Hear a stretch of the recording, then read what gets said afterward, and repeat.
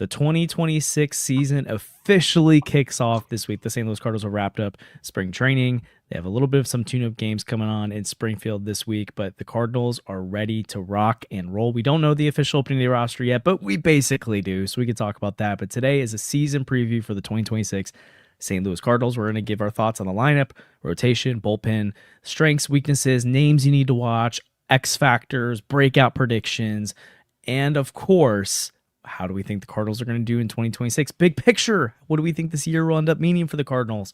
All this and more on this episode of Dealing the Cards.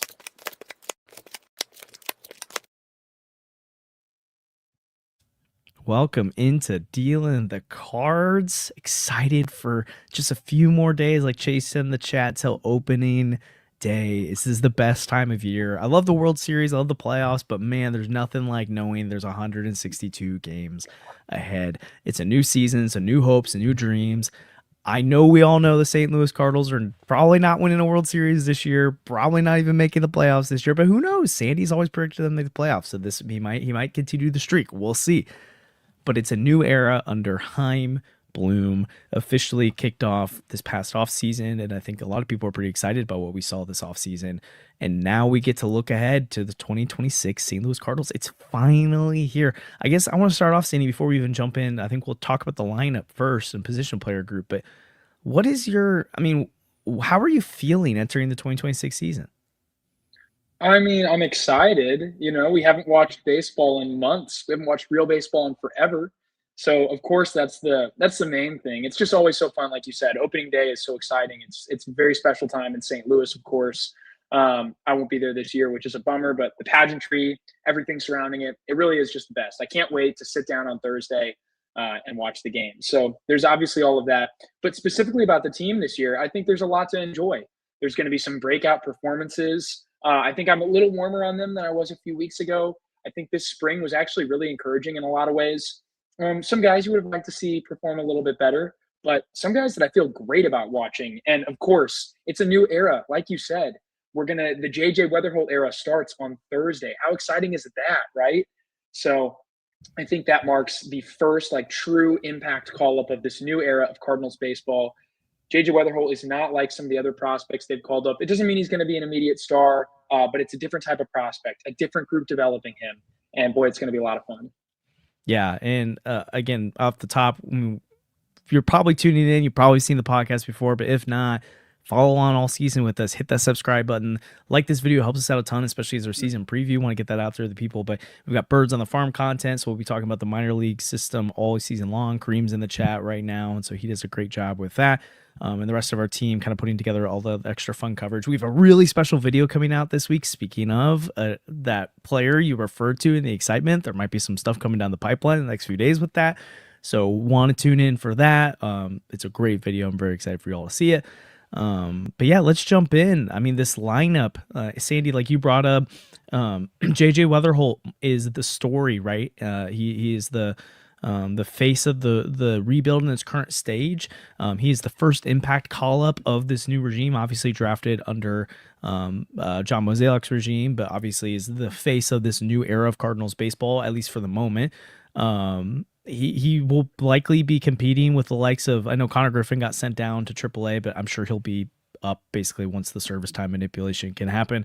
He'll be competing with the Connor Griffins, the Noel McLeans of the world for National League Rookie of the Year, and he headlines a lineup that looks very familiar from recent years. You still have Alec Burleson and Ivan Herrera as your two big bats returning. You did lose Wilson Contreras and Nolan Arenado over the offseason, but you're hoping for Mason Wynn, Nolan Gorman, Jordan Walker, Victor Scott, just different names, Pedro Pajes in the lineup, Nathan Church. There's a lot of names starting to get more opportunities this year. But I think you would probably agree with this, and I want to kind of hear what you think are maybe the strengths of this lineup here. But I think in general, this is probably the quote-unquote weak link of the team right now. It's the area that at least we have the least amount of confidence in going into the year, but there are plenty of players that have the tools to up this lineup and make it better than what it's been in the last few years. But it's probably the one that feels the least certain to produce in a way that's meaningful for this team right now. So I guess, Sandy, what do you see as the strengths of the Cardinals lineup going into this year? And do you think it's going to be able to overcome the potential weaknesses that it has. I think there's a number of guys in the lineup that are going to take, for lack of a better word, professional at bats. There's a couple guys in here that are really going to be able to stretch out a pitcher, really make them work. JJ Weatherholt has a great eye. When healthy, Lars Nootbaar has one of the best eyes in baseball. You lost a little bit of that with Brendan Donovan, but like Ivan Herrera's swing decisions were so great last year. There's so much to like about him too. Alec Burleson has gotten so much better since he came up a couple of years ago. That's a huge thing. Nolan Gorman strikes out a lot, but it felt like he was taking some really strong at bats in spring training. So I think that's going to be a lot of fun. You're going to see a team that does a solid enough job of getting on base. Again, even without Contreras and Donovan, who do that really, really well. So I think that's going to be fun. And I think there's a little bit of sneaky power in this lineup. Velasquez, assuming he gets the opportunity that I think he's earned, man, he can hit it a long way, right? And Nolan Gorman, I just mentioned him, but again, he had such a strong spring. Nolan Gorman, very encouraging to watch. And I still think there's 30, 35 homer power in his bat. I was down on Burleson's power production coming into last year, but he surprised me in a big way. And I think there's 25 to 30 home run power in his bat too. So in a year last year where you had basically any Cardinal struggled to hit 30 home runs, no one got there. Did anyone even get to 25 last year? I don't think so. I think, did Burleson lead the team with like 23 or something? I don't think he hit 20. I think he hit 19 or 18. Yeah, Contreras I don't know if 23. I think Contreras led the team with like 21 or something like that. Yeah. So you could have 2 or 3 guys. A healthy Herrera, I think, is a lock for 25 homers. But you could have 2 to 3 guys hit 25 homers this year, which surprisingly is a huge increase from your power production last year. So I think it's going to be a ton of fun. Yeah, Contreras led the team with 20. Oof. Yeah. Awful, right? Well, Miles Michaelis led the team by giving up 40 home runs last year.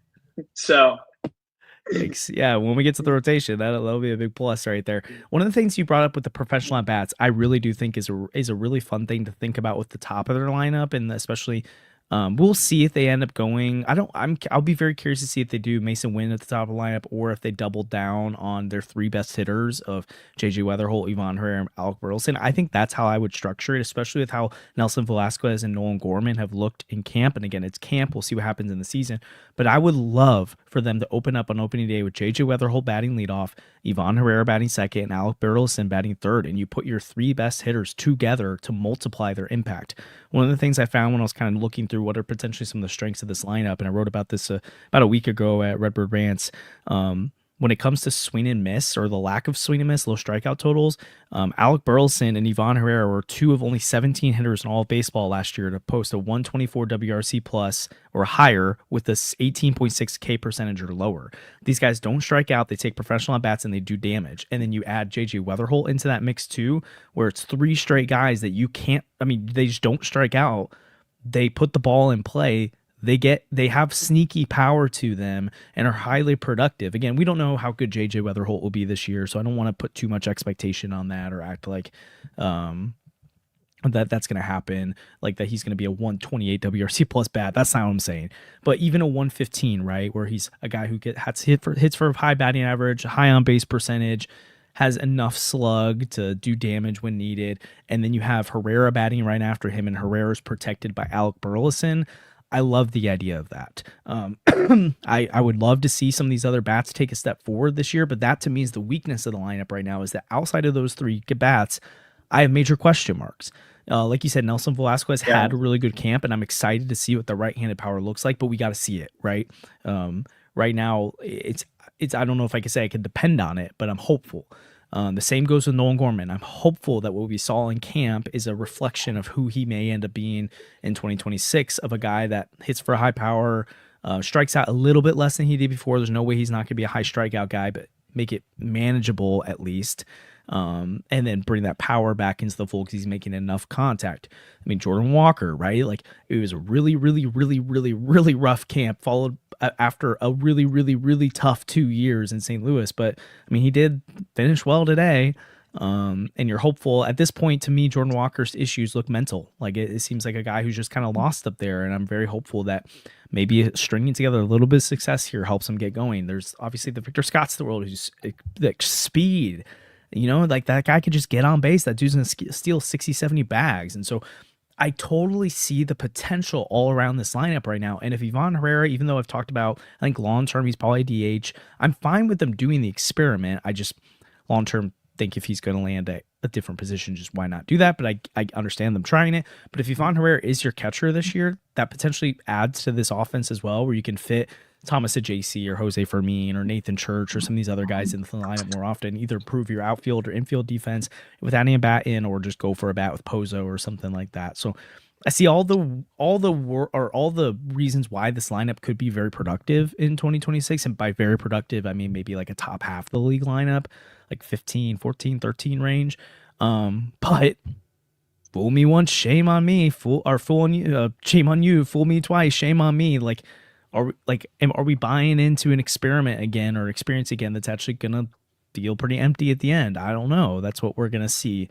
So yeah, there's a lot to look at, a lot to like with it. I guess my question to you, Sandy, who do you think is the X factor of this lineup this year? Like, who is the name? I'm not necessarily the breakouts. Like, this guy may or may not be good, but who is the guy that you think, man, if you could tell me this person is going to produce this year, it changes what the lineup looks like. And I guess maybe because obviously we can say Von Herrera's X factor. It's like, okay, Jordan Walker. But like, okay, so maybe that's the kind of guy. Like, who's the guy that if he could be what we hope he can be, that changes the outlook of things? Is it Jordan Walker to you? I think it's Jordan Walker because I have every confidence in Herrera and Burleson and JJ Weatherholt to be very solid at the top of the lineup. And I think that group of three, if you were just ranking the top 30, like top threes in the league, they're probably near the top half. Like, that's a really good unit right there. But yeah, the bottom half of the lineup is going to be really bad. And I think, as you were saying, you talked a little bit about lineup construction, and I'll add to that to explain why I think Walker's so important. I think the Cardinals, like you said, absolutely should structure their lineup where you stack your best hitters because you have got to score. The Cardinals need to score early this year. They need to build a lead because I think pitching and I think the bullpen is going to be their strength, right? So you're going to need to build leads early in games to be able to lock them down and win those games. I think it's super important for this team. They had a ton of trouble scoring late last year. I don't see them having a better time scoring late this year. So, if you can stack things, and that's why I think a guy like Walker, where I sort of believe in Gorman much more than I believe in Walker. And I think Nelson Velasquez could be something for you at the bottom of your lineup. So if you got Walker going, I think that you would have a way to score outside of the first inning, which I think is critical, right? If Jordan Walker can turn into that power threat, and even if he's hitting well at the bottom of the lineup and you just want to leave him there and keep pressure off of him and just let him play, if he can do that, it's going to lengthen your lineup in a huge way. You're not going to be so reliant on your top few guys. The Cardinals offense the last few years, when fully healthy with Donovan and Contreras in the fold, was actually pretty good at times, right? But they were so reliant on their best players that when Donovan gets hurt last year, you just have to keep playing him through whatever injury he's going through. They were so reliant on Contreras that when he went down, the lineup craters. Same with Herrera at times. So, yeah, it's going to be one of those things again where they're very thin. And getting Walker to extend that lineup a little bit, maybe be your fourth bat, that could be huge for this team. Yeah, I think just to be different, I'll add another name to the mix, but I do think Jordan Walker is the ultimate X factor for this team in this year. And again, I've said repeatedly, if you ask me to predict if it's going to work out or not, I don't think it's going to work out for Jordan Walker, but I'm hopeful. And I get why they keep trying it because, again, this is a runway year. It's a rebuild year. Doesn't mean he's infinite runway. I'm not advocating for that, but the potential is there. And for him to, if he could emerge as a fourth bat in that equation, that matters. You already brought up Nelson Velasquez, and I think in the similar way, Jordan Walker, the right-handed power could be it. So maybe he is the next X factor, but I'll say Nolan Gorman. Because I think to your point, like I'm excited to see what happens, but we did see in 2023 what kind of bat he can be at times where he's close to 20% above league average, producing like 27 home runs that year, is an RBI machine. I think if he could be a part of that equation as well, that could mean a lot for this lineup, batting in that fourth, fifth, sixth slot in the lineup, depending on how the Cardinals want to structure things. Again, they don't have a lot of legit power threats in their lineup. Even when we talk about Gorman, Burleson, and JJ Weatherholt, like all three of those guys have power potential. I think Ivan Herrera could be close to a 30 home run bat this year if all things go well. Burleson can get into the mid 20s, but in terms of like a true, and we'll get Sadie back here in a moment, but in terms of like a true power bat for the lineup, I'm not really sure. There's another bat in the lineup like Nolan Gorman that can produce to that level. Again, if you're in the chat right now, we would love to continue to hear any thoughts or any players you would throw in there as who is your X factor for the Cardinals lineup this year. But I would put Nolan Gorman into that equation, I think, for sure. I mean, you could even say like a Mason Winter, Victor Scott, because I think they are capable of taking steps forward. And there's a prospect later I'll bring up that I think at some point this year could impact the lineup. But let's keep him out of the equation for now, just because I don't. Anyways, he's not necessarily the point of the conversation at the moment, but I think we all know who I'm referring to, Mr. Joshua Baez. But so yeah, that's the lineup. I guess who would be then, Sandy, your breakout pick? Who do you think is gonna outperform expectations for the lineup specifically? On the lineup side, outperform expectations. That's hard. That's kind of a loaded question, right? Because my expectation is that Jordan Walker will have a very challenging season again. Yeah. And I sure hope he outperforms those expectations. But I'll just go like... Well, I'll say expectations or takes a step forward, obviously. Yeah. Like, let's go with, man, I want to say Nathan Church so bad. Do it. Let's say Nathan Church. I think Nathan Church is going to be fun this year. I think Nathan Church has a better bat than people have given him credit for. And yes, he was totally overwhelmed at the big league level last year. I don't want to say that actually, because I think I don't want to say like the moment was way too big for him. But he didn't have a great time at the plate last year. And I think he posted like a 504 OPS. Like it wasn't great. But also let's not forget, like that's what Victor Scott's, first cup of coffee in the big leagues looked like too. Tons of players look like that at the beginning. And Church has, quietly been an on-base machine in the Cardinals system over the years. That's another guy that hates to strike out, takes really good at bats. And I think Church is going to work some good counts this year. I think Church is going to make some louder contact than people are ready for this year. And he had a great spring. So I'm all in on this Nathan Church breakout.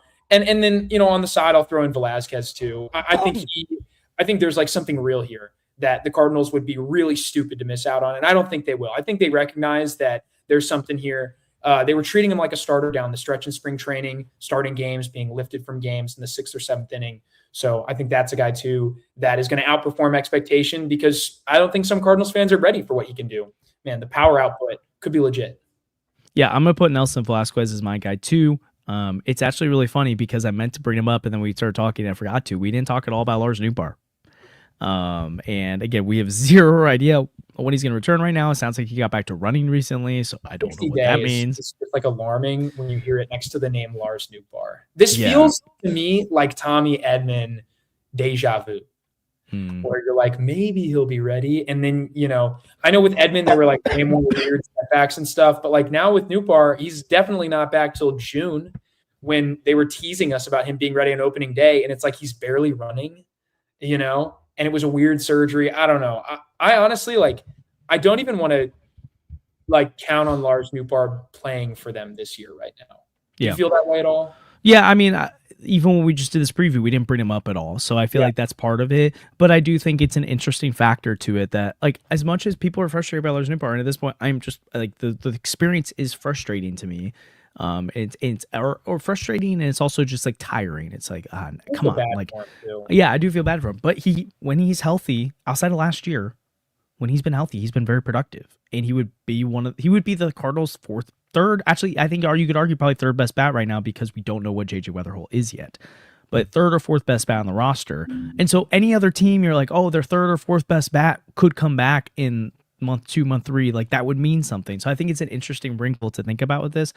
I'm going to say, but I also think he potentially could be traded at the deadline. So my point with that is Nelson Velasquez will be interesting, because I think he's going to have a productive time until Nootbaar comes back. And then the Cardinals have to figure out what they do there. Does that mean, is that part of why Ivan Herrera catches more, so they can keep Nelson Velasquez in the lineup with DH opportunities? Is that the moment where Jordan Walker's opportunity maybe starts to fade a little bit if he's not producing? But what does that mean if Joshua Baez is producing too?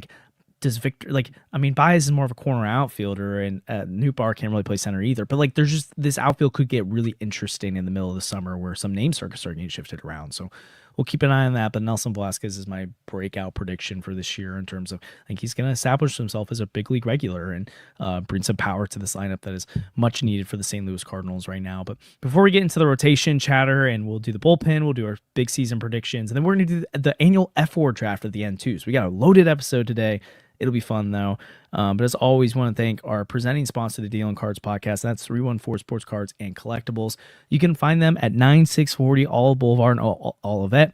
They're open 10 to 5 Monday through Fridays and 10 to 4 on Saturdays and Sundays. They buy, sell, and trade all sports cards and Pokemon cards. They always have the new selections of packs, boxes, and single cards of local players and stars from around the league. I've got this like a little fun Thomas JC card right now that I've pulling out, but I've got some. I need to pull out my good cards from my little case over here. I keep forgetting to do that before we start the streams, but they're so fun to work with. They always got good stuff in the shelf. I just saw they just had a ton of Shohei Ohtani's cards come through. So Andrew, there you go. They had some new retro cards come through, or not new, but like some awesome old retro cards come through that are high ticket items. They got a lot of fun cards in their store. Make sure you go check 314 out. Sandy, when we turn our attention to the Cardinals rotation, there was also some shifting of the tide this offseason there as well. Obviously, the biggest name and biggest change is the loss of Sonny Gray. Obviously, last year wasn't the best year for Sonny Gray. The underlying metrics still pointed to him being a much better pitcher than what we saw. Obviously, Miles Michaelis and Eric Fedde are gone from the mix as well. And so you're looking at a revamped rotation of Matthew Liberatore, Dustin May, the newcomer, Michael McGreevy, Andre Palante, and then Kyle Leahy getting his chance to start this year as well. You also have newfound pitching depth in Hunter Dobbins, Richard Fitz, Quinn Matthews' debut could happen this year. There's Ishan Hendersons and Bryson Motts of the world who can get into the mix.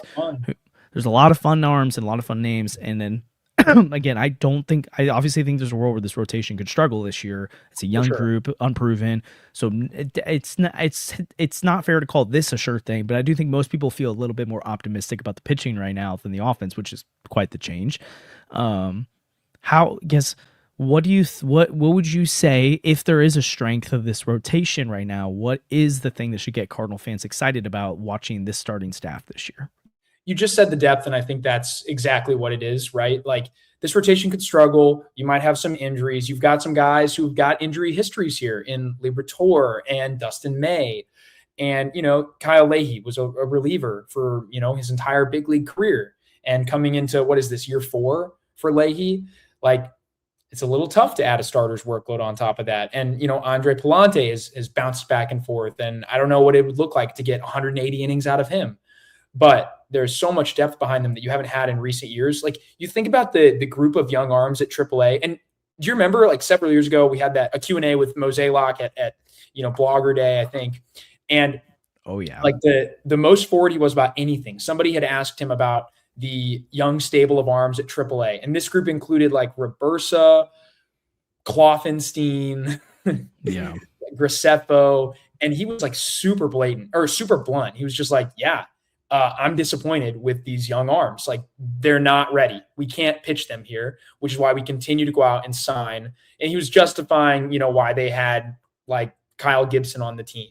He's like, we have to go out and sign these guys because the young arms aren't there. And that's not the case this year. They actually have young arms that are interesting that they can go get, right? And so whether it's Hunter Dobbins or Richard Fitz or Quinn Matthews or Bryson Motts or Ishan Henderson, it's like 10 guys that I would feel like excited to watch start a big league game for you this year. So it's a huge advantage. And then I just want to add, like, I think at the top of this rotation, you actually could be pretty good this year. If we talk about our breakout picks, I'll save this for that because I think the breakout is a sneaky breakout. Maybe a guy that some people thought broke out last year. But Mays looked dominant in spring training, and Libby's looked really good too. But more on that after this. How about you? I totally agree. The strength of this rotation is that you do have so many different options that, again, there are worlds in baseball, and it could happen in the Cardinals this year, where even when you feel like you have a lot of options, you actually ran out of options because of the injuries and they go poorly. But this Cardinals team feels more prepared than past Cardinals teams have. Like last year, Michael McGreevy starts in Memphis because they're deathly afraid of a single injury happening to their rotation, what that means for it. You have past years where they're going out and getting J.A. Happ and John Lester and Wade LeBlanc to fill it. They're signing Kyle Gibson and Lance Lynn in the offseason. It's an intriguing group, right? I think on the flip side of that, the weakness of this group potentially is that I do think there's two of the names in this rotation could pitch like top of the rotation arms, but at least as you're looking at it, you don't have a true top of the rotation arm right now. You probably don't even have arguably a number 2 starter right now. Maybe Dustin May or Matthew Liberatore pitch like that this year, and that's what you're hoping for. And then but like your top 2 starters are more like middle of the rotation starters on like if we were going into a season and you're talking about the Cardinals being a contender and you told me Matthew Liberatore is your ace, we would probably be like that's not smart. Or that Dustin May, right? But if they're number 3 or number 4, you'd like that. That's where I think the weakness is that not only are they missing the top guys, but now they're having like middle of the rotation guys being typecast as top of the rotation guys, and then 3 through 5 is back of the rotation guys. Now, all of those guys, I think the exciting part have the potential. Well, all of them except like I don't think Andre Palante is going to be a middle of the rotation starter or better. I don't think Michael McGreevy is going to be like a 3 or a 2, but you never know. But like Quinn Matthews, I think he could be interesting. Dustin May could be back to himself. Yeah, I don't want to put too much on Ishan or Bryson Motts. I like them. I'm just saying, like in terms of they never pitched in AAA yet, so on my 2026 expectations, I don't have a lot there. But like Quinn, Richard Fitz, Hunter Dobbins, maybe he's like a middle of the rotation, more so back of the rotation arm. But there's just a lot of interesting arms in the mix. And I think mostly for this year, like it could be help them compete, but I think it's more so I'm excited to see which of these arms establish themselves as the part of the mix. And I'm think Senja factors into all this. Like I know he only has 33 innings at AA, but I think the Cardinals could be aggressive with him. They don't really have to be, but like he's a college guy who's not necessarily super young. And I think that's another arm that isn't ready this year. But I think like he and Liam Doyle have a similar timeline where you're talking about them early next year. I'm going to guess that's, like an early next year, mid next year type thing. I don't think it's this year, especially the way they've talked about, like, obviously they're probably going to also make him a primary right-handed starter, but they've talked about they'll have the flexibility and the ability to be patient right now because of the state of the rebuild, and that tells me you're not going to be accelerating that. And in general, it seems like Chaim tends to like to let prospects bake a little bit, so I think they're going to want to get their hands on him and see what happens for 2026 and probably part of 2027 too. I'm struggling to pick my X factor because there's a lot of different people you could say for this. So I'll go with one that I don't think you're going to pick. I'm going to say Dustin May is my X factor. Because you look at how he's pitched in camp right now. He looks like the guy who looked awesome. He would just get hurt all the time.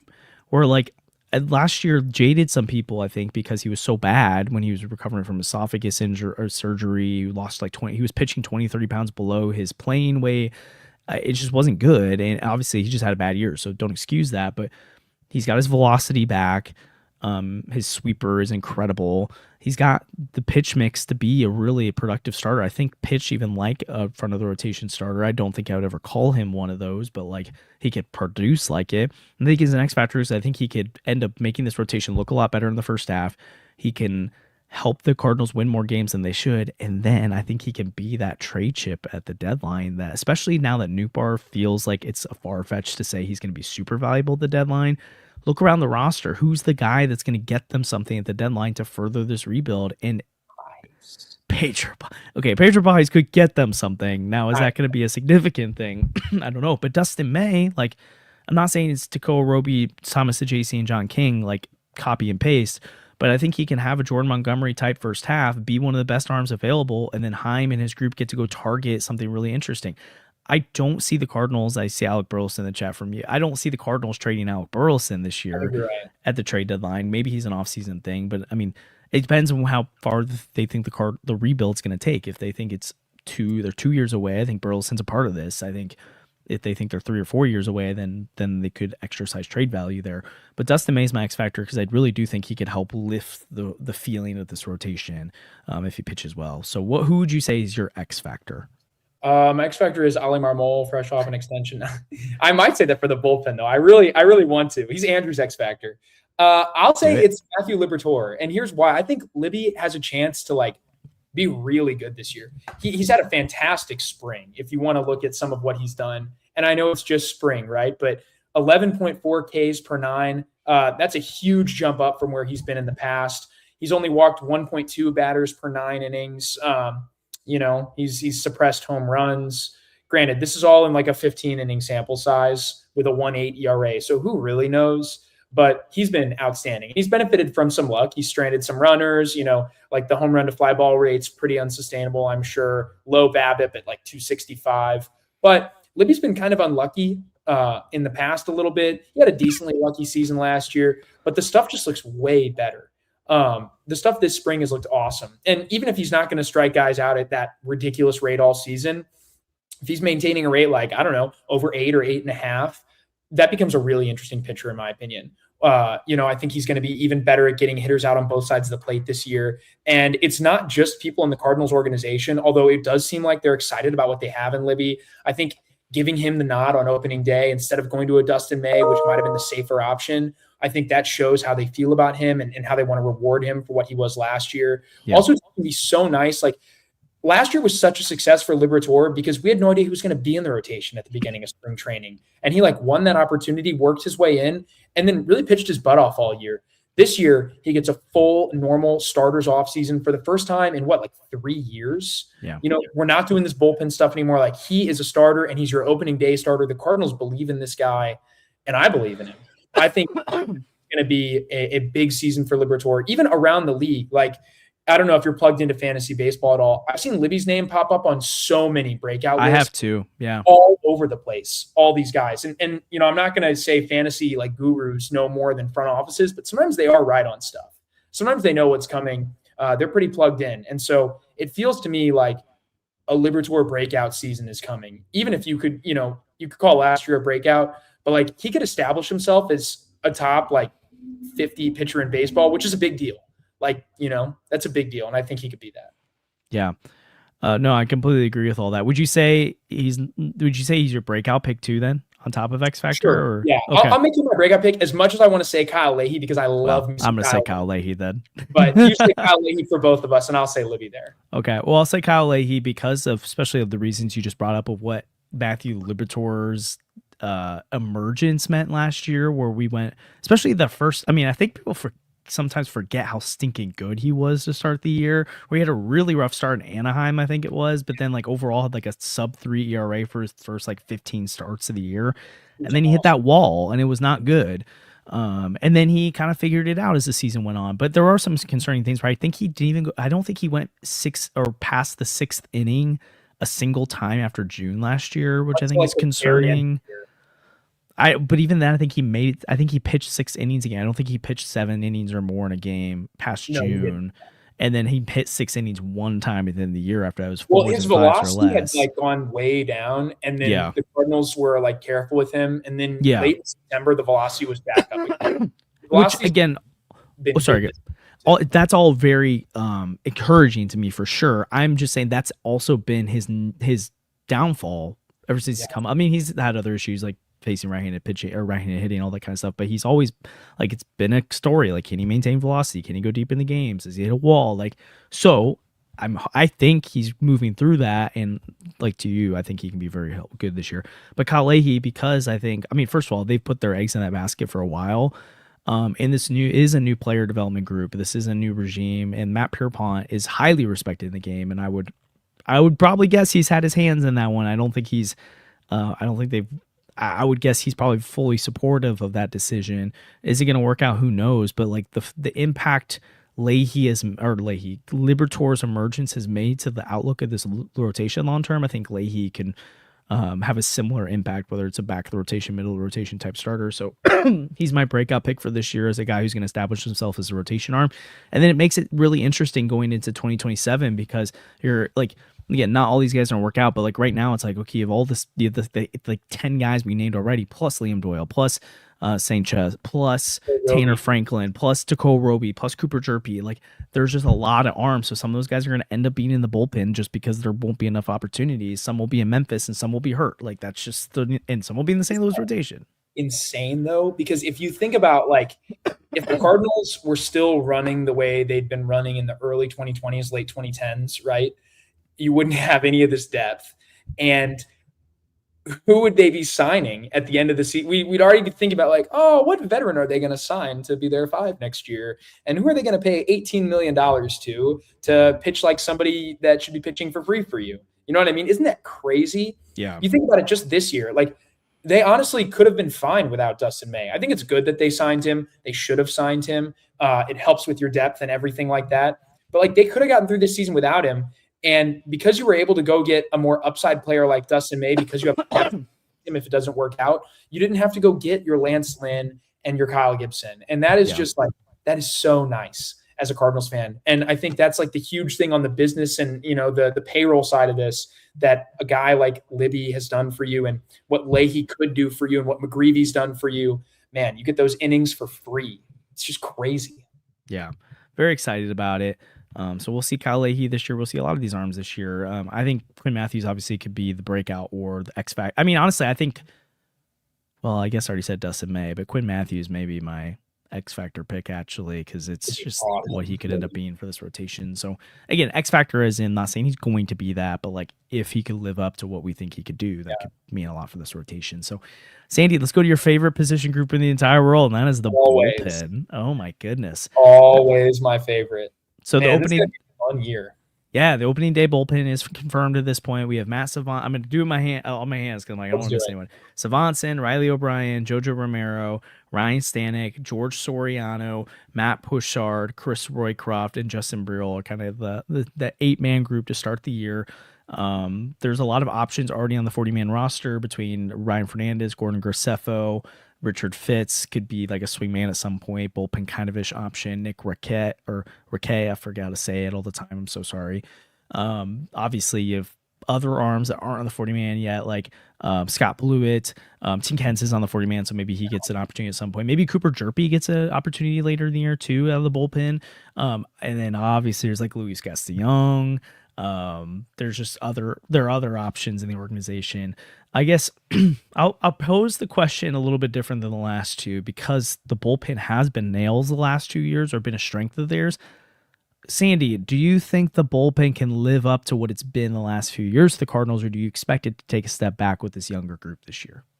Well, I don't think it's going to be quite what it's been right from the get-go, because you don't have the Ryan Helsley in the back of your bullpen that you've had. And even though Ryan Helsley wasn't Ryan Helsley last year, you still had more than you have right now. You had your Swiss Army knife and Steven Matz. You had Phil Maton be awesome. And I never want to count on a random signing like Phil Maton popping off the way he did for the Cardinals. I mean, like, can't say enough how great he was last year. So you moved on from 3 of your best 5 arms last year. Jojo Romero's coming back.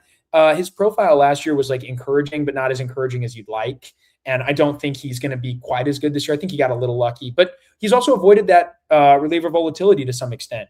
I do think the back your bullpen is still really strong. I'm in love with Matt Savantson. I'm in love with Riley O'Brien. They might be my 2 favorite players on the roster on opening day. There's not going to be any John King, which is going to be devastating. It's going to be hard on me.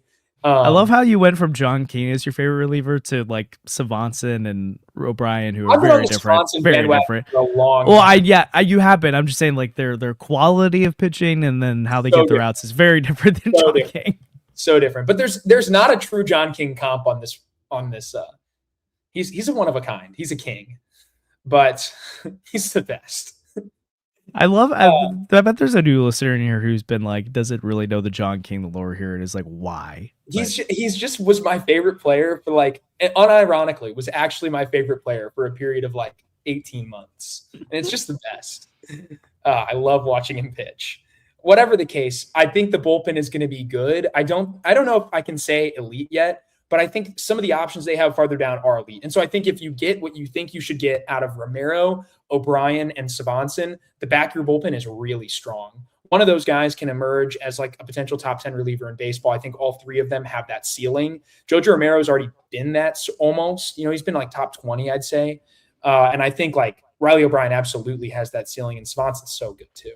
And then after those guys, I think it's less the guys on the roster now and more the guys that I think will pitch for them at some point soon. Like Packy Naughton was awesome this spring. He's fully healthy. The stuff has been good in the past. Like Packy Naughton could have been an X factor for them in years past. He's finally healthy. That's a guy I think could actually earn some serious like high leverage opportunity. And Luis Gastelum is the other name that we can't get past this without talking about. Kareem is the conductor of the Luis Gastelum hype train. He was the first to that party. And Luis Gastelum has a chance to be unbelievable. It's one of the most exciting pitches in all of baseball is his changeup, and it's going to be awesome. So between those five, I think you start to have like a really good group. And then I'm sure they'll get a breakout out of somebody, whether it's Stanek or Bruihl, sort of those older additions, or a George Soriano that they traded for. I'm sure you get a breakout of somebody, and that turns into a very quality 6-man group. I'm not so sure how I feel about like a Roycroft. I know Ollie really likes him, and I'm not so sure how I feel about Bouchard. I'm kind of surprised. It looks like he's going to make it. I thought they might send him back and make some space for somebody else, but they didn't, and that's fine. And hopefully it goes well. But I think the depth is there, and at the back end, they're going to be really good. Yeah, that's where I would say the two quote unquote weaknesses. One is you don't have like a surefire top of the line closer, but at the same time, I don't put that totally against them because any year a reliever could fall off anyways.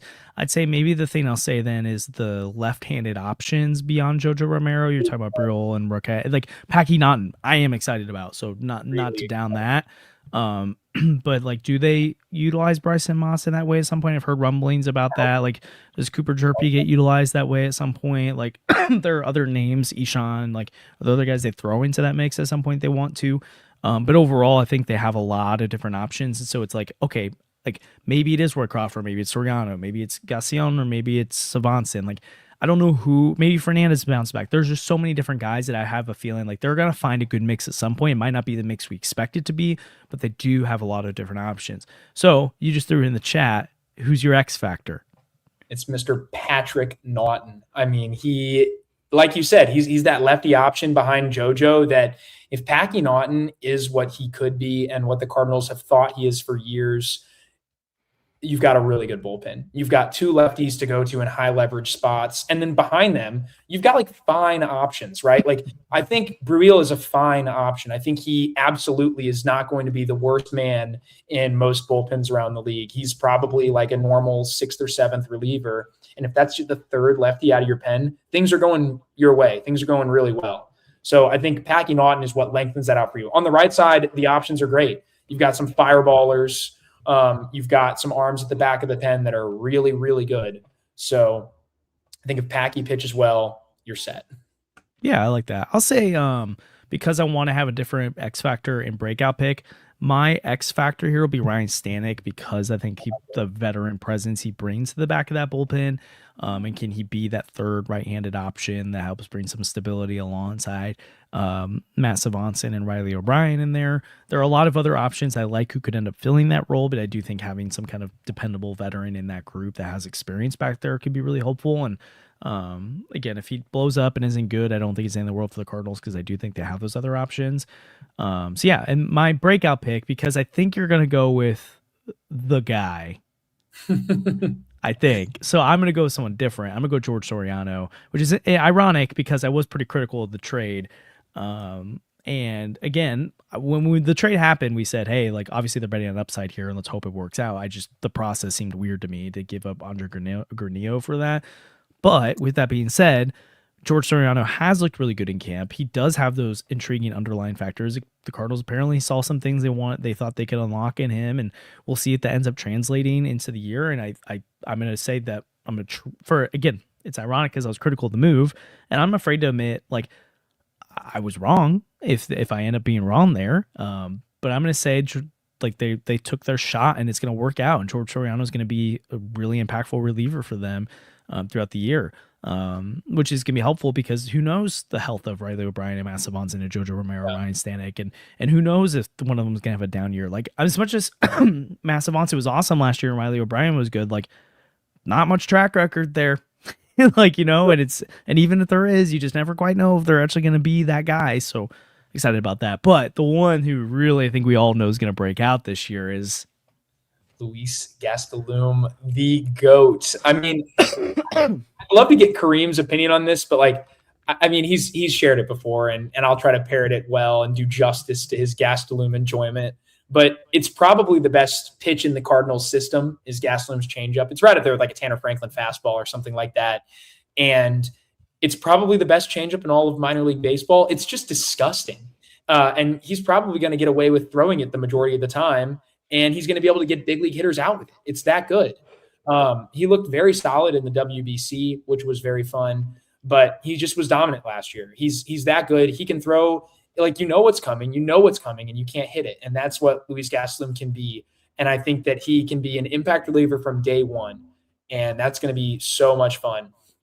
I mean, I had him in my original prediction, I think, to make the roster just because it'd be so much fun to have him on the roster. And the Cardinals ended up not doing that. And that's fine. You have roster flexibility with Gastelum that you don't have with some of these other guys like a Pashard or like a Stanek or something like that. So it makes sense to prioritize them. But I think Gastelum is going to get a shot, and he's going to get a shot early. I think he and Packy Naughton are two of their top 6 relievers.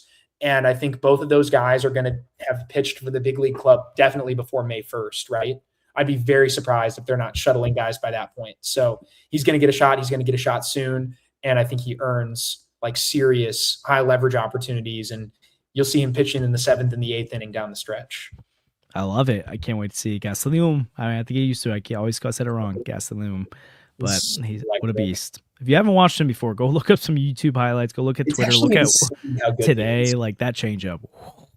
So love to see that. So, hey, we're going to wrap the last 3 things we're going to do for this episode. We're going to do a big picture conversation about what this year means. Give a little bit of some prospect ideas here. I think we can do a breakout and X factor within those 2. And I already told you my breakout prospect, so you do not steal him. He's mine. All right. But then you've got plenty you can go to. Okay, so I've got mine, and then we'll give you those season predictions in terms of the standings. Andrew, feel free to text me if you want to give yours as well, where they'll finish in the standings, what the record will be, and if they're making the playoffs or not. And then we'll finish out with our yearly fWAR draft, which Andrew is watching right now, so he's going to text me his picks, and we'll add them in as we go. But so big picture, obviously, I think the name of the game for the 2026 St. Louis Cardinals as an organization is progress. It is growth. It is. Can you feel better about the direction? I mean, I think we all feel better about the direction in general, but can you see where they're headed by the end of this year? Can you name who the core is? Do you have answers? I mean, it feels a little bit of last year of do you have answers of Drew Walker, Nolan Gorman? But I think it's like those guys aren't the primary concern anymore. They are part of the equation, but it's like, who is JJ Weatherholt? What is Liam Doyle and some of these other pitching prospects show you this year? What does Raniel Rodriguez and Joshua Baez show you this year? What does Ivan Herrera and Alec Burleson do? How close are they to contention? Because that informs who you keep and who you potentially auction off to the highest bidder. Growth and progress as a whole. I don't care as much about the wins and losses this year, but I do care about by the end of the season feeling like they're headed in the right direction on the field. And I think this rebuild will be quicker. I don't think this is a 5-year thing. I think this could take just 2 to 3 years to turn around to be a contender. Now, World Series contender, true favorite, might take more like 4 to 5 years, but 2 to 3 years to be a true contender for the National League Central again or a wild card spot, I don't think is out of the realm if things go right. And so far, I love what we're seeing from this player development group, scouting group, Heimblum's new regime, and the old regime coming together. It seems to partner really well. So that's the big picture look at it this year. Sandy, is there anything else you'd add, kind of big picture to what this year means under year 1 of Heimblum? Yeah, I think progress is a great way to put it, right? And I'll add beyond just the major league level, like what does progress at the minor league level look like? You've got a really exciting crop of players coming over from the Dominican League for their first experience stateside. How do those guys adjust? Do you get another big-time breakout like you did last year? What does it look like in Ryanel Rodriguez's second full season here? Is Rodriguez a guy that at the end of the season we're saying, all right, we have to back off a little bit. He's a top 100 prospect, but he's not a top 5 prospect. Or is he a guy that takes that next jump, looks unbelievable again, and is in conversations as a future star? Not just, and I know he's already in those conversations, but is he a guy that's being said in the same breath as some of the best prospects in the league next year? And I think that could happen. I know you've got your guy. And what does he look like at the end of this year, right? How great is Josh Baez facing AAA pitching for most of the first half of the season? So in the minor league, you've got a ton of guys that you have got to be watching. Can Cooper Jerpy and Tink Hence and Takeo Roby stay healthy? They're no longer your top options in terms of future starters, but can any of those guys put themselves back on the map and factor into the Cardinals' plans next year? What does Liam Doyle's first full season look like? There's so much to watch, and I really, really hope you have a healthy and productive season for a bunch of your big prospects. Yeah. So Yeah, if we're looking at like, so I mean, we can give breakout prospects here. I think your point about Rainiel, I think makes him a strong pick to be a breakout sorry, I'm gonna start X Factor then breakout. Rainiel being an X Factor because if he truly continues the trajectory he's on, then he's one of the best prospects in all baseball, and that also really helps this rebuild to be like, oh my gosh, they have a real big bat coming. So I'll say that's like my big prospect X Factor, but my like not the core six or whatever, like the top 10 prospects is Ty Pete, because especially you look at what the Cardinals did with Joshua Baez this last year. Again, expecting the exact same thing from Ty Pete is not fair. Like, and the development group is not going to nail every single one of these things, so like we're not going to play that game.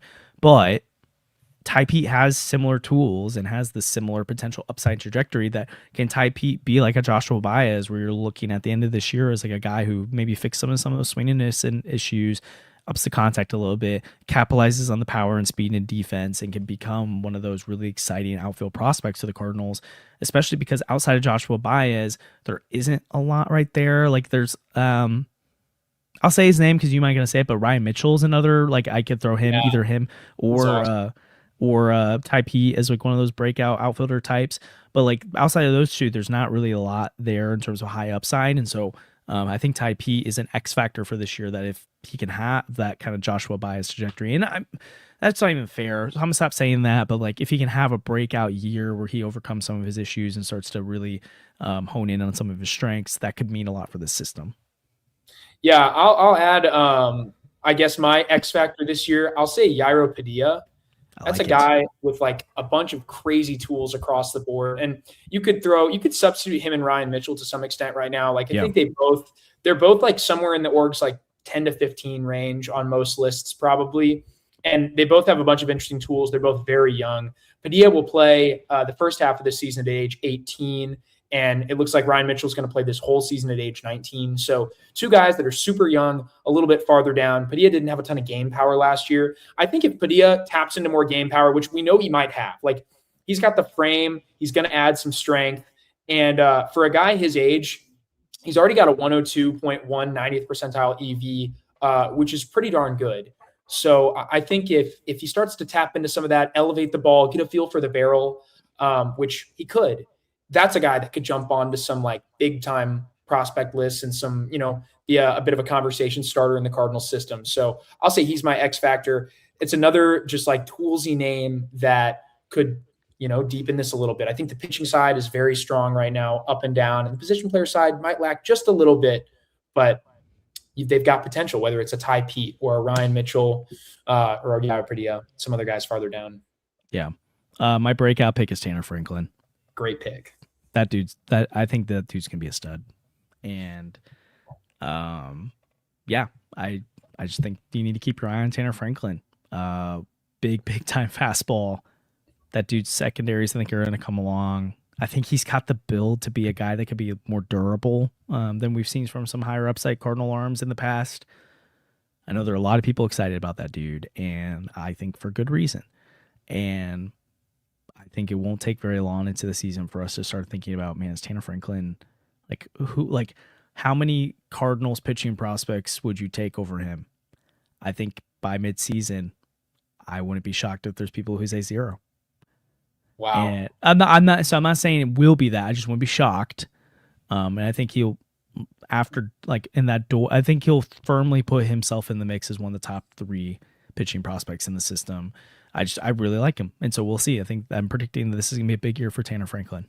The fastball is special. Yeah. He is electric. Well, I'll say, how about this? I kind of want to switch. I kind of want to make Padilla my breakout pick. Okay.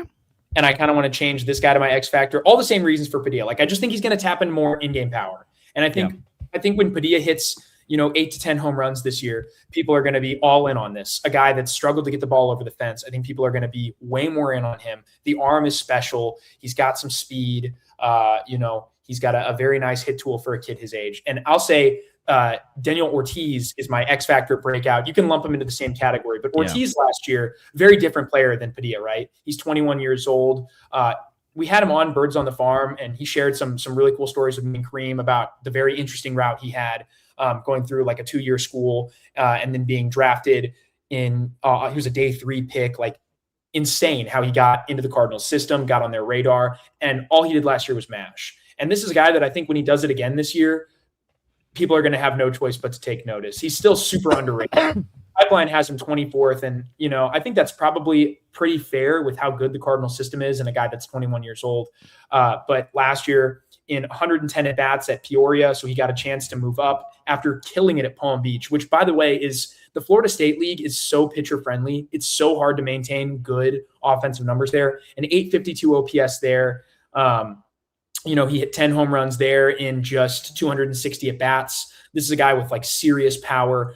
He then jumped up to Peoria and had a 938 OPS. And I think that you're going to see him start the season scorching hot there. It is a launch pad, and eventually he's going to get a chance to go play in Springfield, which is another launch pad. The Texas League is a ton of fun. Prospect numbers always jump up a little bit. And when you see some of what he can do, he's going to jump on the list. So I'm not saying he's going to be like so much better than he was last year. I just think he's going to do it at a higher level. He's going to do it from day one, and people are going to have no choice but to talk about him after this. Love it. All right. The time has come. Our 2026 St. Louis Cardinals predictions. We're going to go record. We're going to go standings, and we're going to go playoffs or not. We'll start with Andrew. Andrew just texted his in. He has the Cardinals slotting in. Oh, no. We lost Sandy's camera. We'll probably get him back here in a moment. Sandy is slotting the Cardinals in with a 72-90 record, 5th place in the NL Central. We're going to see if we can get more information or Andrew can, if you want, you would listen, you can send in some extra picks with that as well, or like more information. Sandy's computer died, so we'll be back in just a second here. I think it's a fair pick from Andrew there. I think that's probably I think the Cardinals could win 60 in the 60 games. Like, it's not out of the realm this year, but the low 70s feels like a fair floor for them in terms of like there's a world where they're not I don't think they're a 65 win team. I think they're better than that. But even with that, I don't like the low 70s feels fair. Now, I'm going to go a little bit more optimistic with my prediction here. I originally, I think about a month ago, said the Cardinals were going to finish with a 73 win record, 73-89, which is what Redbird Farmhands actually just put in here. Man, I keep going back and forth, but I'm going to go with 77-85. 1 win worse than last year, which is kind of surprising, especially when you lose Brendan Donovan, Will Contreras, Sonny Gray, Nolan to an extent, Phil Maton, Steven Matz, Miles Michaelis.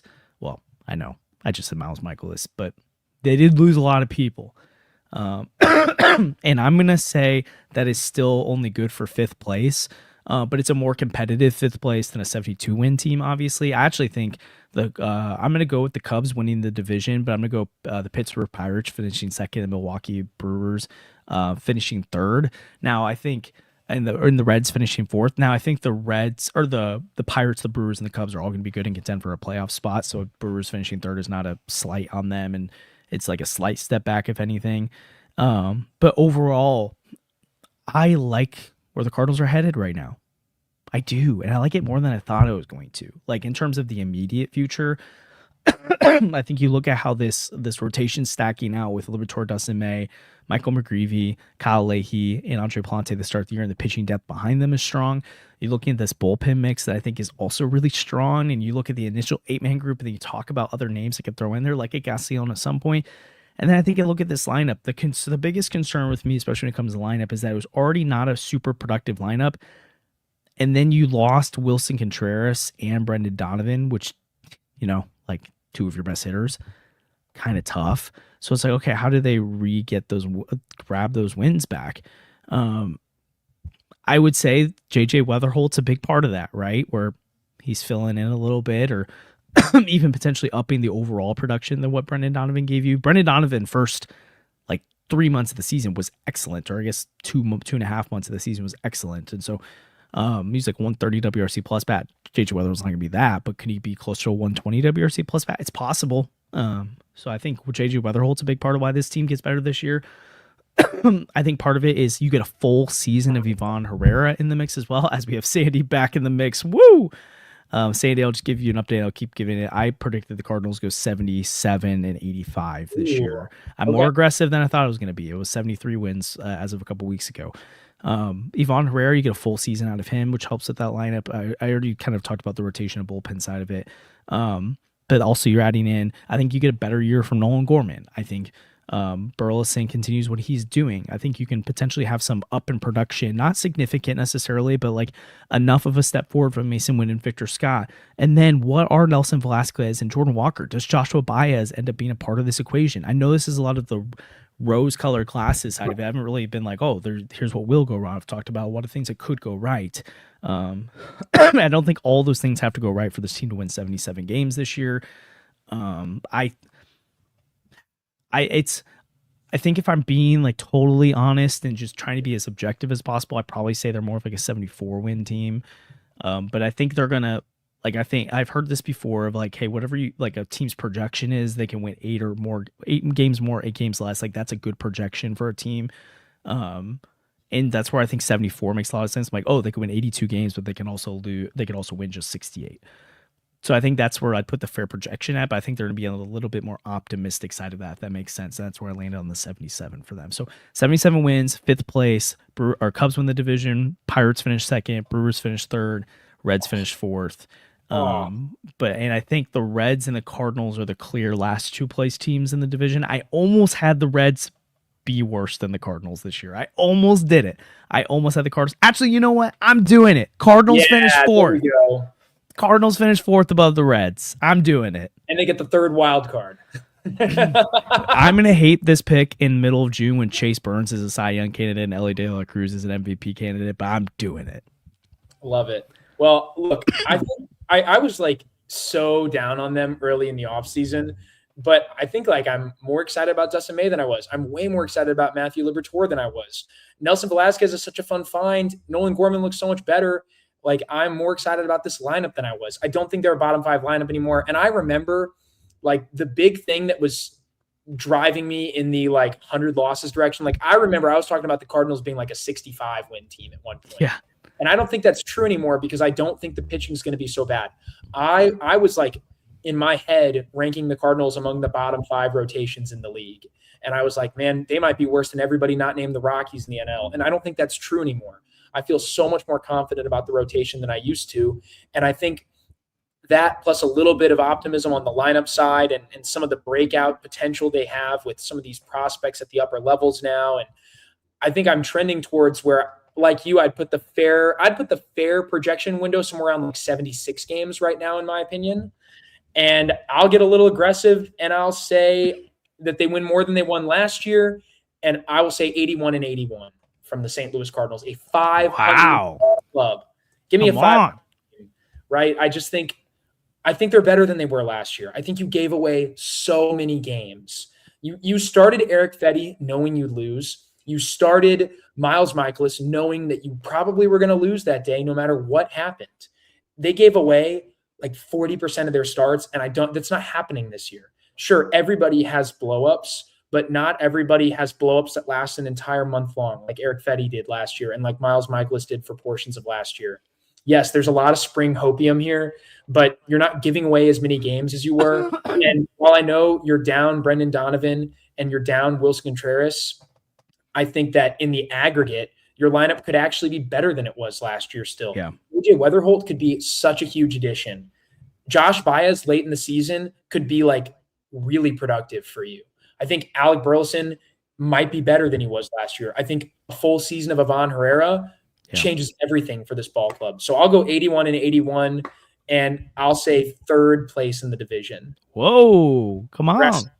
I'll say 3rd place. I'll say that they finish just in front of the Pirates and the Reds. I think both of those teams are going to finish somewhere in the like 75 to 79 win range. All right. I love it. That's so fun. Yeah. So we'll see. But when Andrew makes his little playoff graphic, like the Cardinals will be in the wild card and they will win the World Series for me. That's just a spoiler. Like who would I be if I didn't? Wait, are you actually picking the Cardinals to get the 3rd wild card? No, not in this official prediction, but in the Twitter graphic prediction, absolutely. Oh my gosh. Who would I be, Josh? Don't. The people expected it. This year you have to be someone else. It's a mandate. They respect it. They expect it at this point. Appreciate the super chat. Neilio obviously is a huge part of our chat, and he won the opening day tickets. So I'll be seeing him on Thursday at opening day. But great show and great insight into the potential breakout talent. God bless, fellas. Thank you, Neilio. God bless, man. All right, we're gonna wrap up the show with our yearly fWAR draft. Here's how it works. I am the reigning champ. I don't remember who won last year. I won by like a landslide this past year. It was so bad. I had like 15 WAR, and I think Andrew maybe had 9 or something. Year. I think whoever's going to get like the whole it's so bad.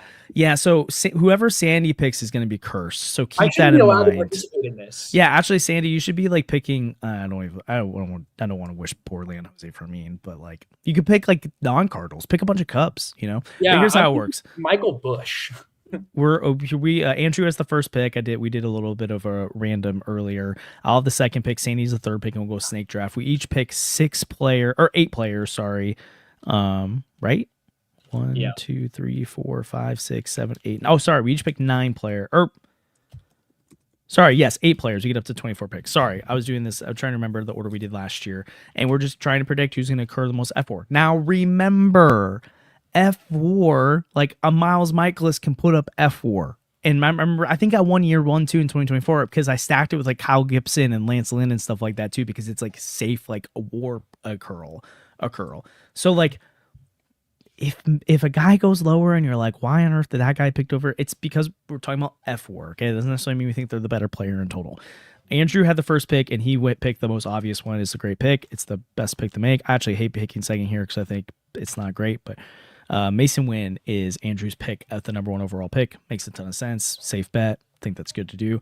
I will follow that up with I'm going to go Ivan Herrera as the number 2 overall pick. That was a tough. I had another guy I was feeling there, but I think it's a good pick. Man, this is tough. Mason Wynn was the obvious pick here. It's unfortunate. Why don't I go with my guy? Why don't I go with my guy? You get 2 picks in a row. I know. I'm aware. Give me JJ Weatherholt. Okay. I think JJ is going to be a WAR monster. I think he's going to be able to accrue WAR in just a bunch of different ways. And then this next one is really tough, but I'll go with Matthew Liberatore. Ooh. I think he can be. This is a guy that could actually rack up like a 3.5 or 4 win season as a pitcher. Yeah. And I think like that kind of upside is what I need drafting last. I like that. I'll go with the safe ups, like good pick, but like I think maybe limits a little bit of ceiling here because of the positional value. But I'm going to pick Alec Burleson as my second pick in here. That was my other one. And you've got JJ and Libby. Andrew's first pick is Dustin May. It's a good one. That's a fun one. Like that. And then he's picking VS2 with his third pick, which I also think is a good one. VS2 actually put up sneaky WAR last year, so I really like that. I was eyeing him and Burleson before, but couldn't do it. I am going to go with my next pick. I'm going to go Kyle Leahy. Ooh, I like it. I like it a lot. This is so tough. Why don't I pick my good buddy? Oh, man, this is kind of a hard deal because I think that this could, like, I don't want to pick somebody that's gonna score negative because that is right. That's the whole issue. And once you get a little bit down, it immediately gets really hard to not do that. Things get really tough, or they get really boring, right? Yeah. And like, there's a really boring direction I could go with this, but that's so lame. It's a strategy, though. Yeah, why don't I go Pedro Pajes here? Oh, wow, that's not the boring I thought you were going. 1.6 fWAR last year. Like, he's a great defender. He's going to be in games. And I am not the biggest believer in the Ivan catching situation. And then, like this, okay, this is exactly it, Mason Windu. I want to go either McGreevy or Gorman. I'll just lay my cards on the table. I think Gorman has the much higher ceiling than McGreevy in terms of what he could put up. And I believe in the 30-homer Gorman season, but I also know that he's not the best defender. The Cardinals are going to make him play some third base next year, especially with JJ Weatherholt coming up. And if Gorman stinks on offense, this is like a potential -1 WAR for my already very mid-WAR team. Oh, man. This is so hard. And McGreevy last year was like just fine, like one WAR pitcher, but he pitched for most of the season. He got a lot of chances. But I guess I've gone really safe to this point, and I just don't want to get last. So let's go with Michael McGreevy. Oh, you went Michael McGreevy. Okay, yeah, I don't want to get last. All right, I'm not. Oh, you said I've been safe so far. I don't want to get last. So then I thought you were going to go upside. No, because I don't want to. I don't want to get someone. If I don't want to be too safe and then score -3 with the bottom of my group. Sam Rudy, someone pick up Walker for the clip. I'm gonna pick up Nolan Gorman. Then I was also debating between Michael McGreevy and Nolan Gorman, so I was like, I'll take whichever one you don't take. So, that's mine here. So to recap, as we're waiting for Andrew's picks to come through, Andrew's team so far is Mason Wynn, Dustin May, and Victor Scott. I have Yvonne Herrera, Alec Burleson, Kyle Leahy, and Nolan Gorman. Sandy has JJ Weatherholt, Matthew Liberatore, Pedro Pajes, and Michael McGreevy. I do feel like you are, to me, as we look so far, you look like the second place team, where it's like one of me or Andrew are going to win, and you will make sure you don't lose. Fine. I just don't want to get last this year. We'll see. I mean, I think Liberatore could end up being a really high WAR player, and especially Pajes plays a lot that can help you out too. McGreevy's a good pick. I don't think you've picked any negative potential. Like Gorm has negative potential. Not great. That's why I had to avoid him. I'm not doing this thing again where I pick for multiple negatives. Okay, a curveball thrown in from Mr. Andrew. Would you also mind texting him and say, are we doing the wild card picks again? Oh, name laters. Yeah. Because that's a fun one, because then you can use a prospect in that. I think we should. Yeah. So Andrew has picked Andre Palante and Ramon Urias. Don't hate it. I don't hate it. I thought hard about Palante. Oh, I said yes, and Andrew said nah. We have voting power. We're doing one. Yeah, we're doing one. Let's do one. I like it, but okay. Wow, Andre Palante and Ramon Urias. I did not expect him to go Urias. Man, do I take a swing here? Or do I go safe? Shoot. Sorry. You know what? I'm buying in. Nelson Velasquez, come on down. Thanks. That made it a little easier on me. I appreciate that. I love it though. I was thinking about him and one other guy, so I'll just go with the other guy. Give me Nathan Church, man. If Nathan Church gets starts like I think he deserves, he's gonna rack up value. He's so good defensively, and I want to pull this up last year to just see exactly what he racked up. But I know he was a positive B-WAR player with a 500 OPS last year in like super limited appearances because he was just that good. Yeah, positive WAR last year in just 65 plate appearances, even though he was dreadful. That's a good pick. Yeah. On offense. And I think he's going to be better than that offensively. I think he's got the same like potential floor as a Victor Scott. Maybe he wins it over the Cardinals. That's the handcuff that Andrew should have been going for with VS2. And then why don't I go with my boy Matt Savanson? I think Jojo Romero was traded. I have to have a reliever on my squad. I think Romero's traded, which means Savanson's going to be there all year. I think Savanson has less injury risk than O'Brien, and I think he has less bust potential than O'Brien. So I like it. I will go with my next picks. I will go Richard Fitz. Ooh, I like it. Yeah, it's a tough one. There's a lot of relievers I could pick, but it's just tricky because you're kind of hoping for like one-ish WAR.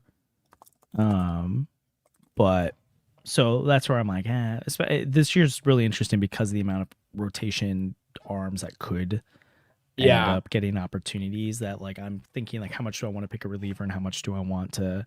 Dang it, Andrew! No, I thought he was gonna last longer. Lars Newpart just went off the board. I was about to do it, and I decided to go Fitz.